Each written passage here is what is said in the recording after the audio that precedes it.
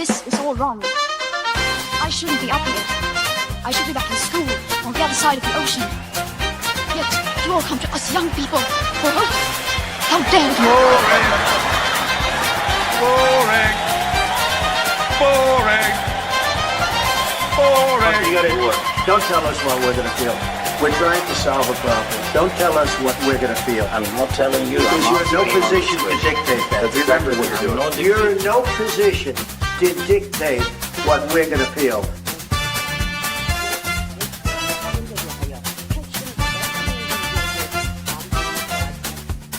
I call again for an immediate ceasefire in Gaza, the return of the sausages, the hostages. Greetings one and all, Lembit Öpik here on Lembit Öpik Live on Unprecedented TV. Welcome to the show where we try to give you the facts and our opinions, but now the two shall meet so that you know when I'm giving you my point of view, and I trust you to be smart enough to work out your own. Do please like and subscribe on our YouTube channel. Thank you to all of you who have done so. We're really wanting to put a couple of noughts on the number of subscribers. And the more that you subscribe, it doesn't cost you anything, the more we can do on the shows. And we have a fantastic lineup. And indeed, my guest today is one of our co-presenters, Marilyn Hawes. I'll be talking about her in just a minute. What's the subject matter then?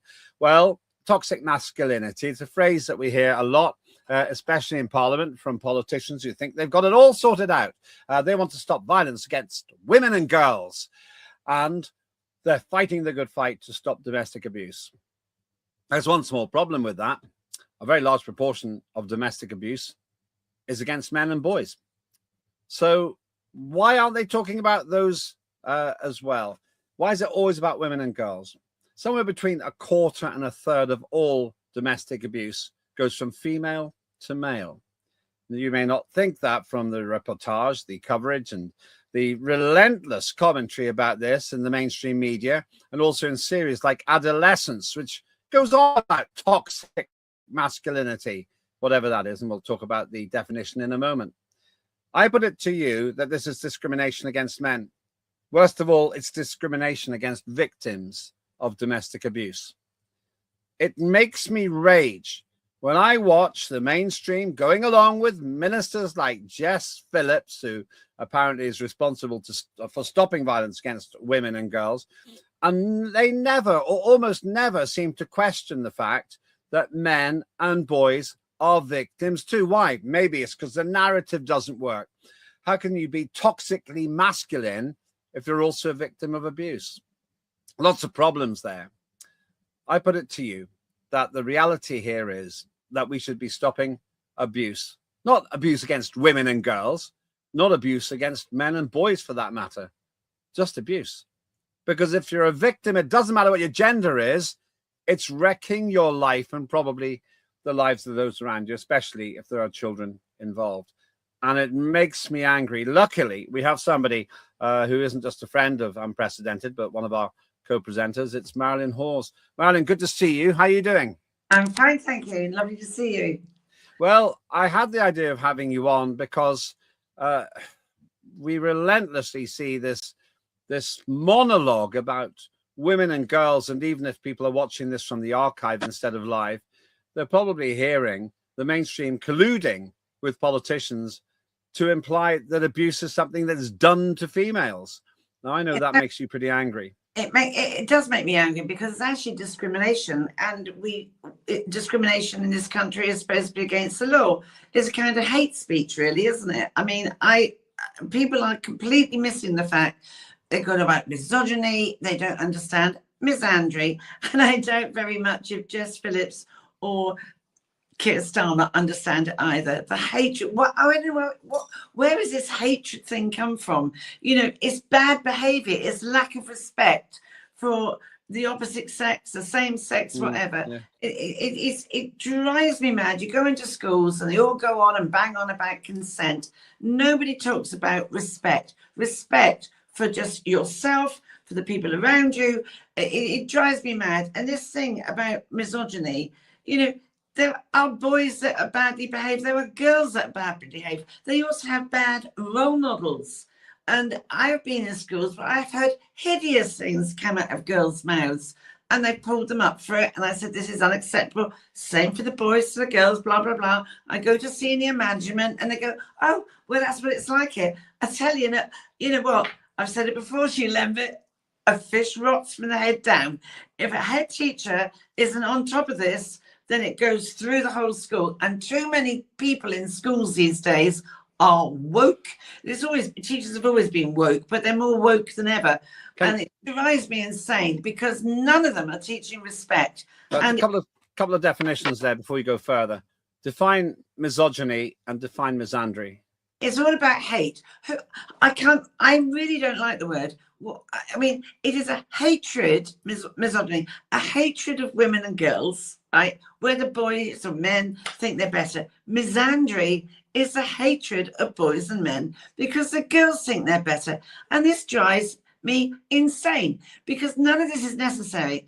I don't understand this thing about the battle of the sexes. Do you know what? I honestly think all this comes from women's lib, going back years where women thought, oh, look at us do this, look at us do that. Oh, yeah, look, we can be a man. Well, why do you want to be? Why can't you just be feminine and bring the best out in a man who wants to protect you, look after you? I'm not talking about control. That's completely different. I'm talking about a man who, I mean, like all that stuff. I like all that sort of like a man that smells nice. I like to smell nice. I like to look like a lady. I like men that do gentlemanly things that, you know, what's wrong with that? It's really nice.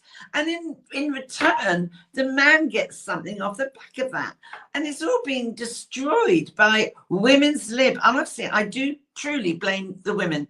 And I don't care if women don't like it. It's true. When women's lib came on the table, I feel sorry for men and boys. They're lost because they don't know what their role is because women have destroyed it. By not wanting to be female and not wanting to enjoy those things that a man can bring that makes you feel extremely special. Well, I want to talk about, just before we go further again, I do have to say that you won a great victory because I wasn't sure if fish do rot from the head down, but it turned out that you were correct. You're absolutely right. And on another show, and if you're looking through the archive, you'll find it. We got this. If we found a fishing bait company. What would you believe it's called? Starmer Baits. Starmer Baits. Giving you the edge. Established 1976. Fish rots on the head down, Marilyn. There you go. There you go. You owe me a drink because you said, where did you get that from? It's true. It's so true. I think we're probably going to use that particular visual often. And by the way, Starmer Baits, please, please sponsor the show. We'll give you loads of coverage. It's just great. So therefore, you're right about that. Anyway, just in terms of the whole situation, it does seem to me that there's a massive hate campaign against masculinity. Caution, toxic masculinity. This phrase, which is alliterative, rolls off the tongue, sounds like it means something. Terrible. Toxic masculinity. You hear it in government, you hear it on television, you hear it in the mainstream media, you hear people talking about it. And you used an interesting word, the emasculation of men. In other words, the making of men to feel impotent in some way, to be not masculine in a sense. And this whole toxic masculinity thing seems to be all about that. What does the phrase mean? Well, it means men who are aggressive to women, who are violent towards women, who are controlling with women, who are gaslighting women, who are coercively controlling women, who are basically domestic abusers. And of course those men exist, but so do the women. There's plenty of men. I am so looking forward to my show on Friday when I've got Mark Brooks on, who is the chairman of Mankind, the only charity in the country that supports men who are being domestically abused. And they are, and I think they are in equal proportion to women who are. And don't tell me, I get really annoyed when women go, oh, you know, men are more violent. I have seen horrendous injuries done by women to men, by really diminutive women who look so cute and sweet that you wouldn't think they could throw a pat of butter, but they do, and they are unbelievable. I mean, I was talking to a barrister 2 or 3 years ago, and he showed me this photograph of this gorgeous girl who was about 5'2", long blonde hair, looked absolutely lovely. I went, what's she in court for? Is it where she's just pushed her boyfriend through a plate glass window and he's been in intensive care for the last 2 or 3 weeks? I went, you must be joking. But when that red mist comes down, when that rage comes down, then it's the same. I actually spoke to Julian King, who is he's a paralegal. He was on my show last week. And he is well, by the way, Marilyn, you keep mentioning times. You must remember that there's a big archive. So when Marilyn says Friday or last week, that's only if you're watching it live. Sorry, yeah, if you're not, no, it's okay. I just want to make it clear. You'll find all of this in the archive, but the timings are only relevant if you're watching the first broadcast. But carry on. Yeah. Sorry, you're right. You're right. Sorry, I do beg your pardon. No, it's all right. But Julian it's was, fine. It's enthusiasm, and I like that. He runs this organization called Family Law Support Services. And I actually asked him on my program, do women abuse men differently to how men abuse women in a domestic or a toxic situation? And he said, no. And I said, that's how I think. But I said, I just wondered if women are less violent, women are, sorry, ladies, but women are manipulative, and they are very clever in court, in a family court, of blaming a man and saying, oh, you know what? Oh, sorry, Your Honor, but I think he's abusing my child. And they win almost hands down. And it's dreadful. Women are just as violent as men are, and even more manipulative. And I am sorry and Julian King said to me, there is literally no difference between what women can do to men and men to women. And it's just outrageous. This is discrimination. It is a form of hate against men. I feel so sorry. I've got little boy grandchildren, and I worry for them. They're little sweethearts. And I think, why should they grow up having to go on a misogyny course? What? And I have to say this, and I'm sorry if we are a free speech program. If our white boys are going to be put on a misogyny course, I mean, I don't understand what that's all about, because that sort of behavior of aggression towards girls in school and girls onto boys, it's there in their face. It's always been there. Why isn't the senior management in the school dealing with it? So, but are the Muslim boys going to be going on these courses as well? Because their culture is rife with misogyny. They are the patriarchal culture, if you want to call it a culture, where they are actually openly and acceptance of abuse towards women. So are the Muslims? Yeah, hang on a sec, but that's not exactly the foundation of those cultures. No, but most men in those circumstances, most men, I don't know, I could be wrong, but they don't abuse women. Most people don't abuse each other, even though there are probably millions of victims in the UK, certainly hundreds of thousands. You can't just say that an entire culture de facto endorses abuse from men to women. Well, did you not see the news this week where certain imams in this country are saying it's okay for you to physically punish women?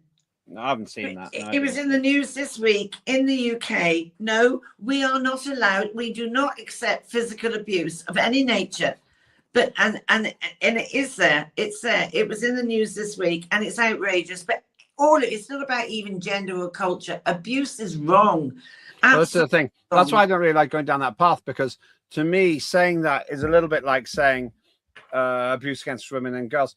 I don't differentiate. If a Muslim man is abusing his Christian wife, or if a Catholic woman is abusing her Protestant husband. That doesn't matter to me. I want to get the ethnicity, the gender, even the sexual orientation out of it. I want abusers to stop abusing the abused, regardless. But the problem I've got now is the whole of the culture of our political system and our mainstream media implies that the abuse is always women being abused by men. No, it all goes back down to a previous show that I did. It goes back down to early years experience of adverse childhood experiences where there is trauma in a child's life that manifests itself in school, in a nursery school, of what a lot of people go bad behavior, when they don't ask why is that child behaving like that, what is going on, you know, what and then that goes on into primary school, into secondary school, and nobody is born to be an abuser. No one is born to abuse. And people like to say, oh, you know, it's in your DNA. No, it isn't. It's to do with trauma in the early years that broke neural pathways, that distorted the landscape of the brain. It comes out into behaviors, and we need to be better parents. But aside of that, there is no room for saying all this stuff about men being I feel so sorry for men and boys, because they're not allowed to be men anymore. They're frightened of being frightened of masculinity because they might be knocked back for it, and it's so wrong. The team had a quick look, and we can't find the references you're saying about the Imam. It'd be interesting to do a show on that at some point in the future. But it's there. Okay, we can't find it in time available, but we've found plenty of Muslim men who said it's not acceptable. But even once again, I don't. But for me, the thing, Marilyn, is my issue is that I don't want to categorize abusers as all white men. That's my point. No. I want to categorize abusers as people not having a gender and ethnicity, but a mindset.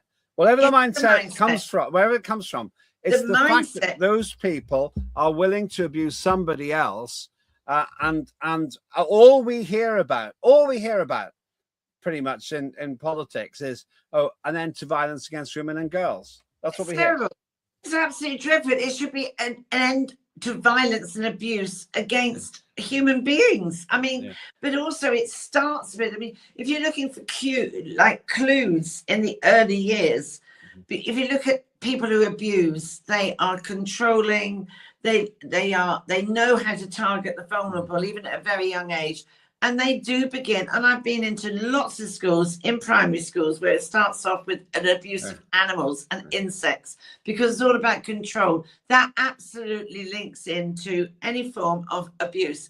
But whatever, we have to be, it goes back to the early years, it goes back to parenting. If we want to absolutely try to diminish any form of abuse, we have to be better parents. Okay, hold that thought, because we need to go to a quick break, and after the break I want to talk about what I think is a very disturbing decision by some award ceremony to fate a program which seems to reinforce the concept that it's boys that are the problem. In the meantime, just let's remember we've got another great show. It's Tim Scott Uncancelled, and he reviews the stories that you may not have seen in the media. Tim Scott Uncancelled.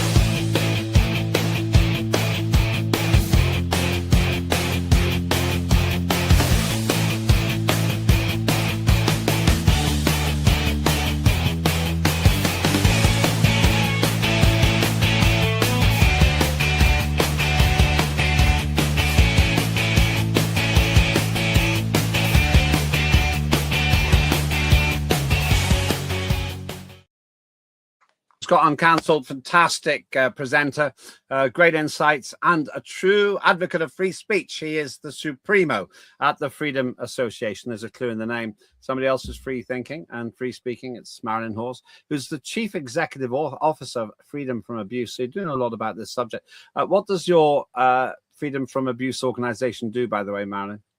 Well, we're trying to prevent abuse by highlighting it to schools, parents, teachers, anyone that will listen to us about how you recognize somebody who is abusive in the first place, whether they're 3 years old, 5 years old, whatever. How do those different behaviors manifest themselves at certain stages where they may have been missed?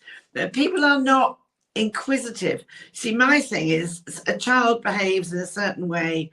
I've never gone, oh, well, naughty boy or naughty girl. I think, well, why? Why are they behaving like that? What is it that's happening here? And so much of it goes back to parenting. So, as I say, no one is born to abuse. But that aside, what annoys me is we do have abuse. We do have abusers. We need to reduce it. We'll only reduce it with better awareness and better parenting. But in the meantime, we cannot bring gender into it. This is what's going on with the government and Keir Starmer is outrageous. Because if I was a boy or a man now, I'd think, well, what am I supposed to do? Am I going to be, am I going to be accused every time I help a girl or a woman? Am I going, well, what am I supposed to do? Do I just sit here like aimlessly with my arms folded and not do anything? What is my role? And I it's just dreadful. And I honestly do believe, I don't care what women come back at me, the women started this with the early women's lib movement by thinking they could be men. I don't want to be a man. I'm a woman. I like being a woman. I want to be treated like a woman. And I don't understand women today that don't want to be like that. It's underlined by the way that the government operates. This is Jess Phillips, who's sitting there smugly looking important. Jess Phillips' question on funding of violence against women and girls services is meant to be a great story. The Home Affairs Committee will question the Minister for Safeguarding and Violence against Women and Girls. There isn't a safeguarding against safeguarding against. There isn't a Minister for Safeguarding and Violence against men and boys. That's what I'm trying to say. It's not quite right. It should be safeguarding against abuse. There should be one gender or another. Here's another one. There's Parliamentary Under Secretary of State for Safeguarding and Violence against Women and Girls. Why isn't it just the Parliamentary Under Secretary of State for Safeguarding against abuse? Why doesn't it say that? Or against, that's it. I mean, why do you call it that? So they've actually reinforced the very thing you're saying because they've thought it's so important to focus on women and girls that they don't even have an equivalent minister for men and boys. But they're not even getting that right, Lembit, because they're not even... They don't even know. They're a bunch of numpties.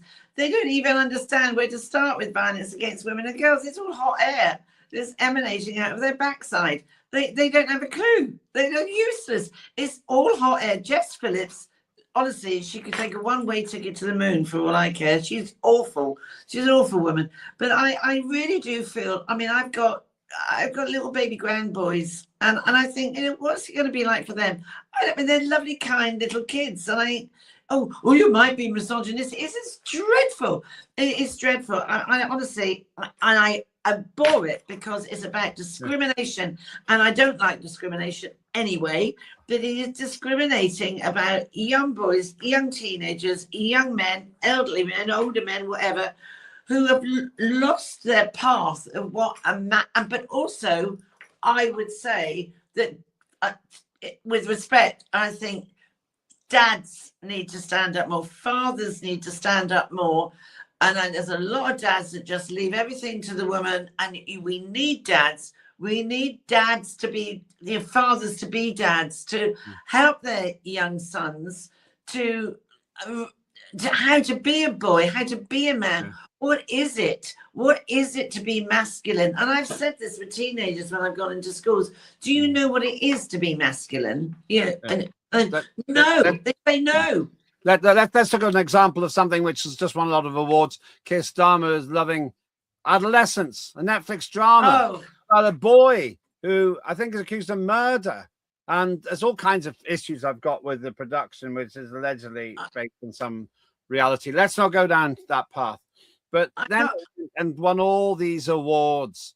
Everyone's in the mainstream, it's saying how great it is. It is adolescence wins big. And they're all saying, oh, this is a great example of toxic masculinity. The phrase being used again and again and again, day after day after day. Now, I am concerned about that because there's no equivalent in the other direction. You get films like Misery, where a woman contains a a man who's basically had an accident and won't let him go. But by and large, this has been pushed around by the Labour Party, by lots of other politicians, as an example of toxic masculinity. And I loathe that because it reinforces exactly the stereotype. It discriminates. It makes abuse a sexually discriminating policy when it should be about mindset, not gender. It is mindset, not gender. I refuse to watch it. I thought that award was despicable. I will not watch it. I read what it was about. I was like, I'm not watching it. I'm just completely. I don't go down that route whatsoever. It's dreadful. And this is a prime minister who goes on about hate speech, and that's exactly what's happening. You know, and that sort of thing, like adolescence. People that have watched it, and that it like drip, drip, drip. It sort of soaks into your psychology, if you like, and then you come out. Oh yes, I agree with that. I won't watch this. I will not watch stuff like that. I refuse to watch it because I knew from the start it was discriminatory and it's completely unbalanced. It's designed to be. They might argue, oh well, it's not meant to be. It's meant to be drama, but no, it's been endlessly promoted as some great political statement.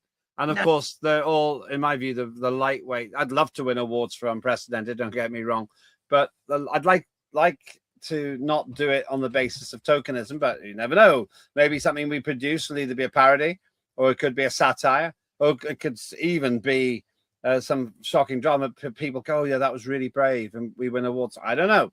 But what worries me about this is the fact that it reinforces exactly the stereotypes and paradigms that you've just been saying. And then you've got the terminology as well. Can we just get that biohazard up one, please? There's this thing that we came across, and yeah, there it is. Toxic masculinity, biohazard. Oh, I mean, it's just awful. It makes it sound like men are some kind of a poison. Oh, that is awful. That is please take it down. I think that's absolutely hideous. Honestly, it's awful. And we need to, Lembit, we talked about it and we need to do it. We need to, because everyone I have spoken to, without exception, goes on about this is absolutely awful about these misogyny classes. And we need to do a campaign. We need to do a petition on it, because it needs to be raised in Westminster that this is outrageous. You cannot go. It's a hate speech against men and boys, and it's completely distorted. It's out of order. But also, though, we need dads to stand up more. Men and fathers are so important in the upbringing of a child. Yeah, but it's difficult because if you're an abuse victim as a man, you made to sound like, first of all, that it doesn't happen. Government seems unaware of this. I do not believe for a moment that there isn't a single member of parliament who's male without suffering abuse. There must be at least one male victim of abuse in parliament. But of course, if they speak up, they'll be shouted down. Oh no, well, you must be a weakling. You must be a wimp. You're stronger than her. Why would you let her do that? All the rubbish you hear. I used to have an awful lot of male abuse victims coming to my surgery when I was an MP because they knew I was sympathetic. They knew each other. They encouraged their colleagues their friends to come to see me. And the stories were horrendous. And as you say, it's not about strength, because a man could often snap their abuser in half. But it's not about that. And often I think that the abusers, whether male or female, is incredibly strong because the abuser is broken in some way. They're reliving some kind of a trauma through their violence. And it doesn't have to be physical. It can be financial, coercion, all kinds of things. And I think, Marilyn, what we should be doing, I'm talking and involving this one, I'm talking with you now, is we should take a stand here on Unprecedented, because there isn't a single station anywhere in the world that I know of that challenges the sexual discrimination of abuse. It's disgusting. It's absolutely disgusting. And I think Unprecedented needs to do a campaign, a petition on this, because it has to happen. You can't you can't go on. You can't be allowed to happen. I mean, Keir Starmer needs to be absolutely exposed on this. Jess Phillips is a disgrace. You know, it is absolutely appalling. I would love to look at the men that are all those people sat in Westminster. How many of them are going through this? And it is absolutely awful. I'm so looking forward to talking to Mark Brooks from Mankind, because he told me the other day the statistics are there's very little difference Very little difference. But the thing is, what annoys me is that, I mean, the police are utterly useless on this, even dealing with women and domestic abuse. But I've known men that have gone to the police station and said, you know, this is what's happening. And the police officers have laughed at them and said, oh, you let a woman hit you. What sort of man are you? And that is in like 2025, that was still going on. There's a massive amount of training that needs to happen with the police about dealing with this and how they should respond to men coming forward. Okay, so we're almost out of time. That's Mark Brooks, OBE, on the picture there. He runs Mankind, a charity which does take these things seriously, that does challenge the sexual discrimination, does challenge the stereotyping. Oh, that when you say abuser, it must be a woman. When you say abuser, it must be a man. When you say abused, it must be a woman. Mankind is brilliant, and I've had the honor of interviewing him myself, because he says it's not about men being abusers and women being abused. It's abusers and abused. And he's got an OBE for his work in this field, and I'm so looking forward to interviewing him. Yeah, it's going to be a great interview. Well, if you're watching it in the archive, you'll be able to find it now as well. Just remember the timings are just if you're watching it live. Otherwise, go to Unprecedented TV, like and subscribe, and you'll find that interview. He's not the only person who's fighting back. We came across this. Toxic masculinity is toxic terminology, and that's written by John Barry. Really interesting piece. Yeah. And there are enlightened people, and I think we should get together and we should start running a campaign which doesn't discriminate against female victims. It discriminates against those total idiots who think that this is gender-based. It's not gender-based, it's mindset-based. And I think that we could probably help hundreds of thousands of people in Britain alone if we actually manage to dissolve this horrendous sexual discrimination against male victims. And I imagine that's probably true of the LGBT community as well. I honestly think, Lembit, but by taking the gender out of it, I think it would take a big heavy weight off a lot of people's shoulders and think, phew, I can come forward. It's not just this. People aren't, you know, I am being abused domestically. I'm being abused. I mean, and to say take the gender out of it, I think would literally liberate a lot of people to come forward.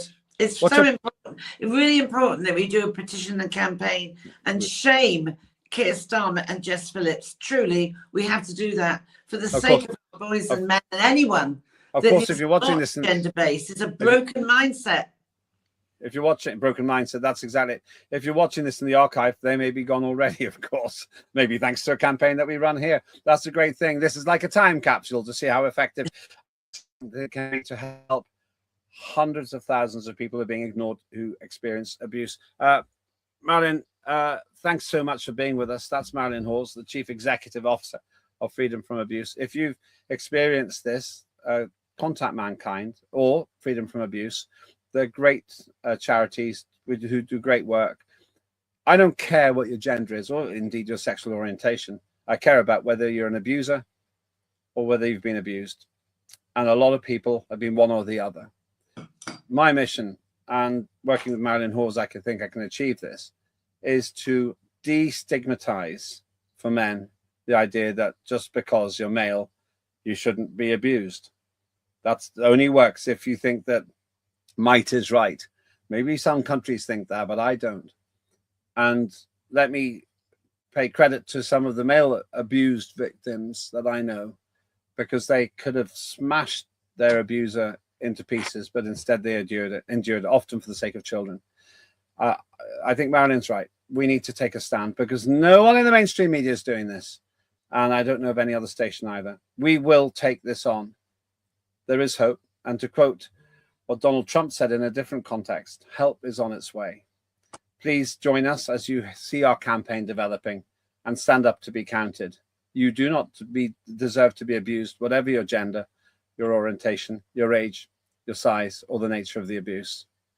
We're going to do something about this. Thanks to Marilyn. Thanks to the team. Thanks for watching, and call out abuse regardless of gender.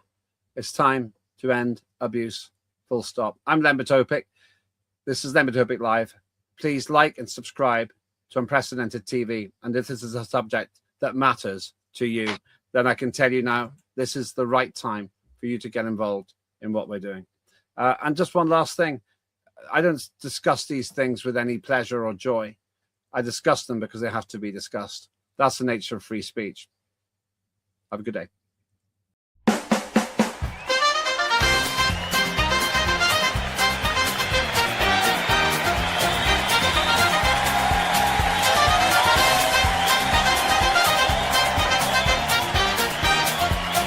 Immediate ceasefire in Gaza. The return of the sausages.